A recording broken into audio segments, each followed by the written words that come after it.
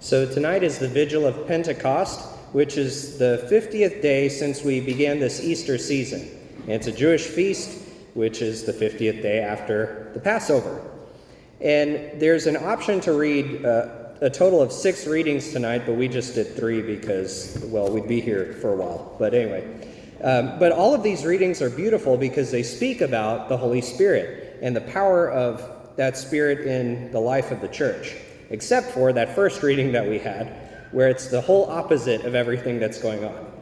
We have the reading of the Tower of Babel in the book of Genesis, where language is confused between all the people. And if you come to Mass tomorrow, the first reading will be from Acts of the Apostles, where the descent of the Holy Spirit comes, and it's like a reversal of the Tower of Babel incident, where the apostles are speaking, and all of the people from every land and place can understand them, even though they all hear them in their native tongue. It's this power of the Spirit that has come to reverse all things. And I think what's principally involved in this kind of twofold thing of the Tower of Babel versus the Pentecost event is, what voice are we listening to? In the Tower of Babel incident, the people are thinking that they need to do this thing so that they can make a name for themselves, so that, they can just build up whatever they please and whatever they care to. And what the Holy Spirit does at Pentecost is shows them a new mode or a new motivation for what they should be about, for the things that they should create, the community of the disciples that's of the early church. As we go through life, we tend to listen to different kinds of voices that are trying to tell us different things about what's right and what's wrong, what we should do and what we shouldn't. And with the indwelling of the Holy Spirit that we celebrate this weekend, we start to discern which voices are worth listening to. I would say in the Tower of Babel incident, they were listening to the voice of the world, which is saying, I need to do this good thing.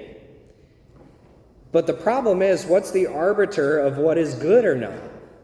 They thought it was a good thing to make this great tower, but it ends up being a thing out of pride, ultimately. Look what we can do. That's what God says in that first reading. If we don't confuse their language, they'll just presume to do whatever they want. And there's no discernment of why to do it. Sure, you could build this massive tower, but for what purpose?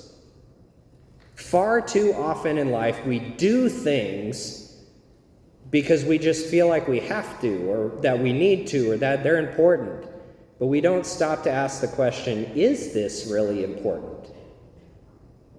There are good things that we end up doing in life that maybe are not what we're actually called to do.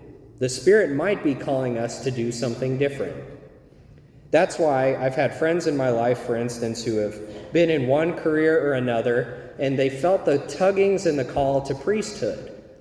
Even though they had successful careers or successful schooling or whatever else in other walks of life, they felt called and compelled by God to walk in a different direction. It's really amazing.